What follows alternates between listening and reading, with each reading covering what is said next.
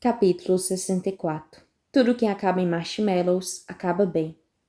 Por favor. Não. Jackson me olha como se eu fosse de outro planeta. Chego mais perto dele e pisco bem rápido, como se um moinho de vento de repente começasse a pensar que é um ventilador. Por favor. Ele ergue uma sobrancelha. Tem alguma coisa no seu olho ou você quer que eu chame a enfermeira para dar uma olhada nessa sua convulsão? Aff, você é um chato. Eu cruzo os braços e finjo que estou emburrada. Mas, depois de 3 dias enfurnada no quarto, me recuperando, não sei se estou realmente fingindo. E mesmo sabendo que não vou ficar aqui para sempre, a situação não deixa de ser horrível. Por favor, Jackson. Se eu tiver que continuar olhando para essas paredes por mais um tempo, eu vou surtar. Jackson suspira, mas percebo que ele está pensando no caso. Assim, decido forçar um pouco a sorte. Não podemos ir a algum lugar? Só um pouquinho. Você pode até me carregar nos braços se eu estiver cansada demais. Tento a tática de piscar mais uma vez.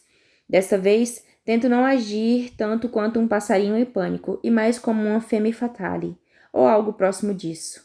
Claro, como se isso fosse me convencer, diz ele bufando. Bem, até que ele não deixa de ter razão. Não gosto muito da ideia de que ele poderia me carregar nos braços, especialmente agora que as coisas se acalmaram por aqui.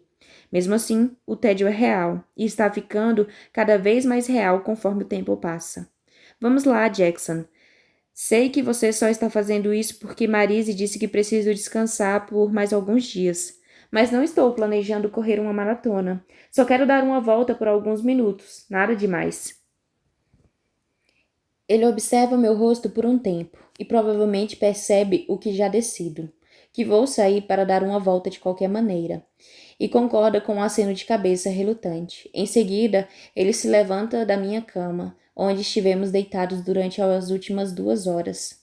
O sol já se pôs, então vou levá-la para dar uma volta lá fora, diz ele após algum tempo.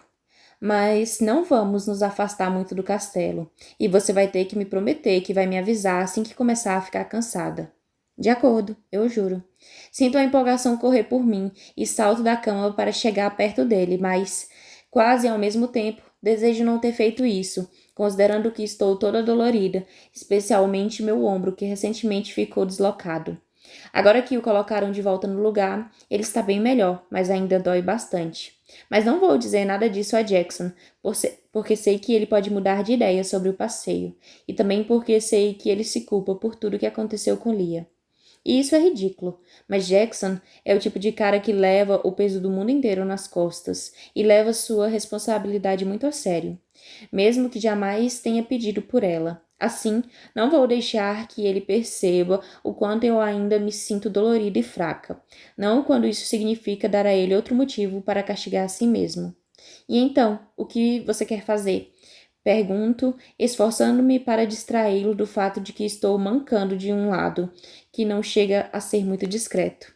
Ele me observa com os olhos atentos e exibe uma expressão indicativa de que não o engano. Tive uma ideia. Por que você não se veste enquanto vou buscar algumas coisas? Volto em 15 minutos. Podemos nos encontrar no térreo, começo a dizer, mas paro quando ele me encara com as suas 2 sobrancelhas erguidas. Ou então, podemos nos encontrar aqui mesmo, termino. Sim, vamos fazer isso. Ele se aproxima e me dá um beijo. Deveria ser um beijo rápido, mas não consigo me conter e passo o braço que não dói ao redor do pescoço dele e me encosto ainda mais nele conforme o beijo se intensifica. Jackson fica imóvel, mas percebo que a respiração dele trava por um segundo. Ele parece surpreso. Alguns segundos depois, ele desliza as mãos até meus quadris e me traz para junto de si. E desliza uma das presas pelo meu lábio, algo que faz cada músculo do meu corpo enfraquecer, e Jackson sabe disso. Sinto a respiração presa na garganta quando me abro para ele, quando me aproximo ainda mais, quando me entrego a Jackson e a explosão de calor, alegria e luz que ele desencadeia dentro de mim, apenas com um beijo, apenas um toque, apenas um olhar. Não sei por quanto tempo nos beijamos, tempo o bastante para eu ficar ofegante, tempo bastante para os meus joelhos tremerem a cada carícia no meu quadril. Tempo mais do que o bastante para me reconsiderar. Tempo bastante para eu reconsiderar o nosso passeio ao ar livre, especialmente agora que as coisas aqui dentro começaram a ficar bem mais interessantes. Mas Jackson se afasta com um gemido. Ele encosta a testa na minha e ficamos simplesmente respirando por algum tempo. Mas ele se endireita e, com uma voz que ficou mais grave, rosnada e super sexy, ele disse: Vista-se, volto daqui a pouco. E em seguida, como sempre, ele desapareceu em um piscar de olhos. Demoro um pouco para me recuperar. Um minuto inteiro se passa antes que os meus batimentos cardíacos se estabilizem e os meus joelhos fracos fiquem mais fortes para aguentar o meu peso. Não demora muito para eu me recompor e começar a vestir as camadas e mais camadas necessárias para sobreviver por 1 hora ao ar gelado do Alasca. Sinto os meus lábios formigarem durante todo esse tempo. Até que foi bom ter me apressado, porque Jackson volta, bate a porta e entra no quarto antes que eu consiga calçar as meias. Sendo bem sincera, com um ombro deslocado, se vestir é algo que demora muito mais do que antes. E mesmo se estivesse totalmente curada, ainda seria impossível competir com a velocidade de Jackson. Ele está trazendo uma mochila e a solta no chão, perto da porta, quando vê que eu estou tendo dificuldade para calçar as meias. Ei, deixe que cuido disso, diz ele, ajoelhando-se na minha frente e apoiando gentilmente o meu pé na sua coxa. E com isso, sinto a respiração ficar presa na garganta outra vez. Porque, se há uma coisa que aprendi nesse tempo todo em que estou aqui, é que Jackson Vega não se ajoelha para ninguém. Mesmo assim, aqui está ele, ajoelhado diante de mim, como se fosse a coisa mais natural do mundo. O que foi?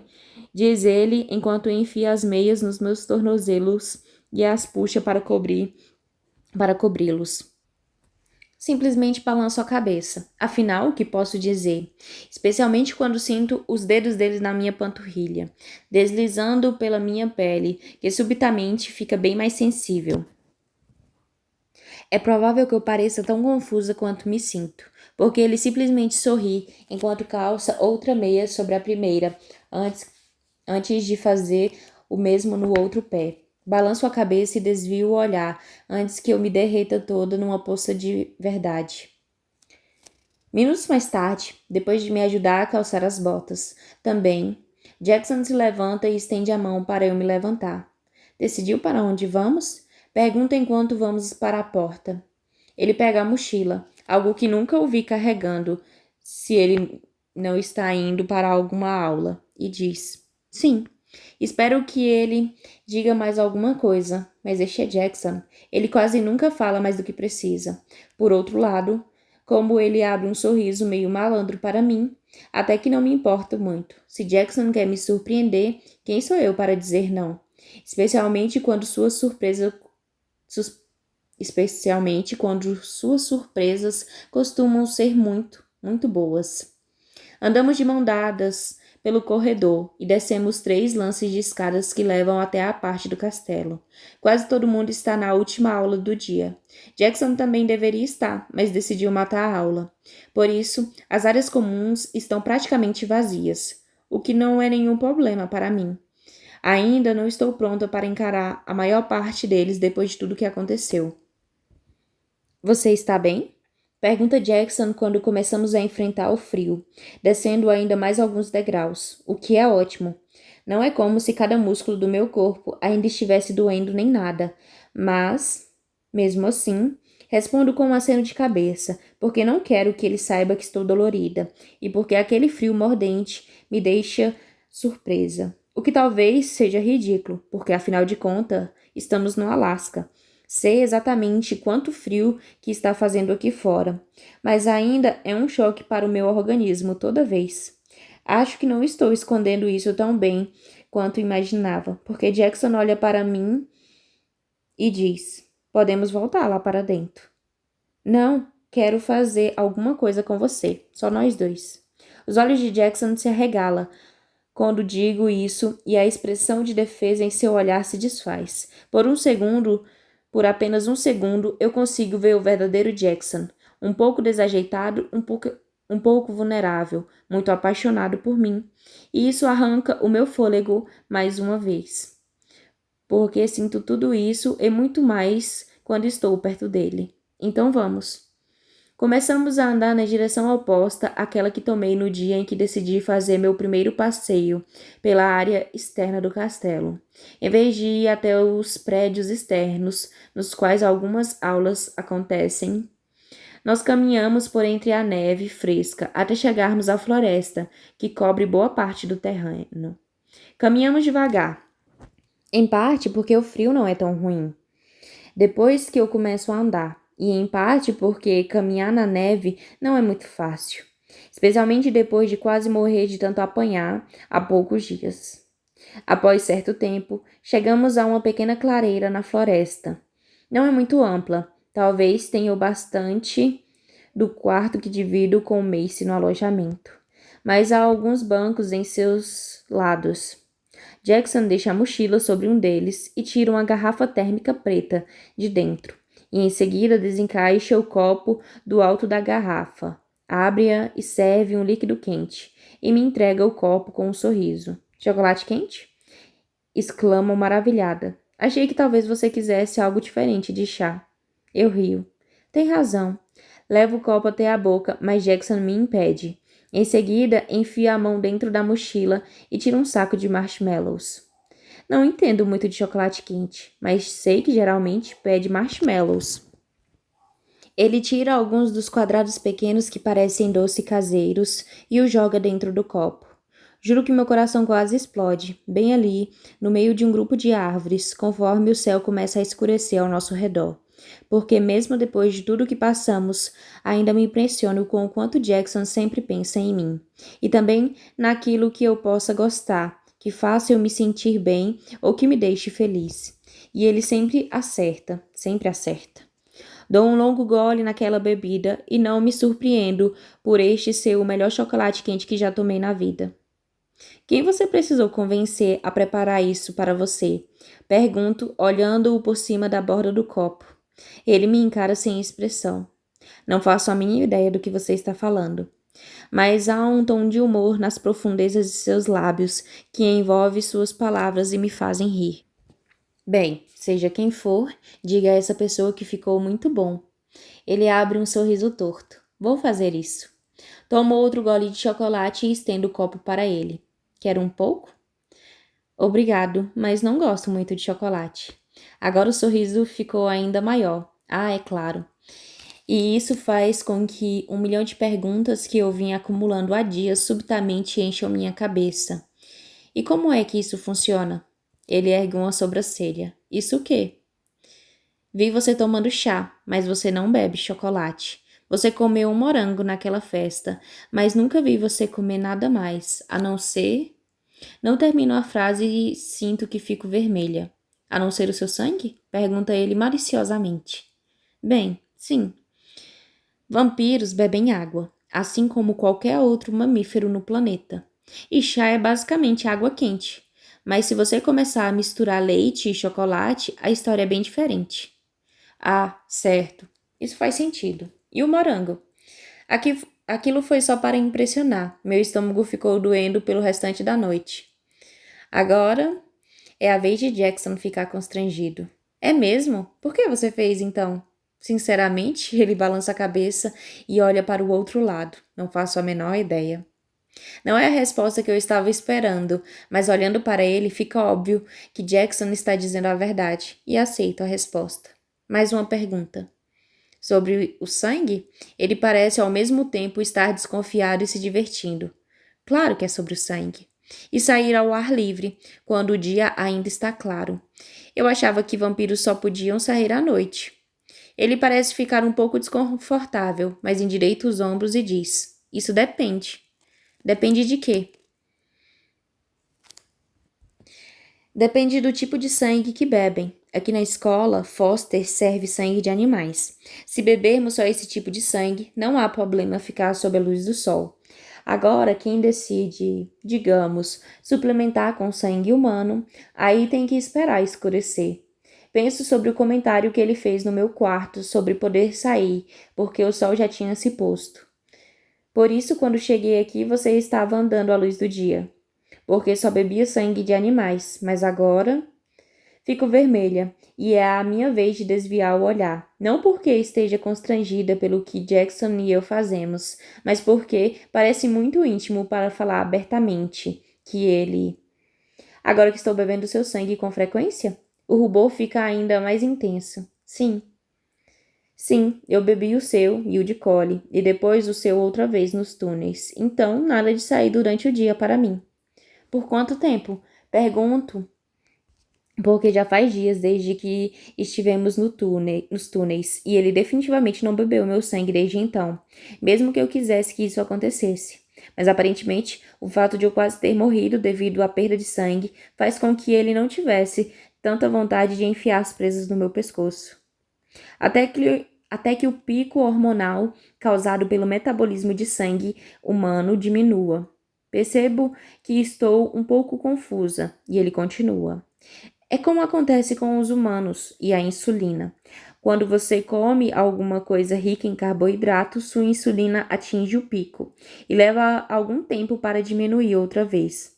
Quando bebo sangue humano, o meu corpo libera um hormônio que me impede de conseguir andar sob o sol. Leva mais ou menos uma semana para esse hormônio desaparecer, e o sangue animal não causa o mesmo efeito. Começo a fazer algumas contas de cabeça. Já faz 6 dias desde que saímos dos túneis, então talvez você possa começar a sair durante o dia de novo. Ele dá de ombros, provavelmente depois de amanhã, para garantir. Isso se eu não.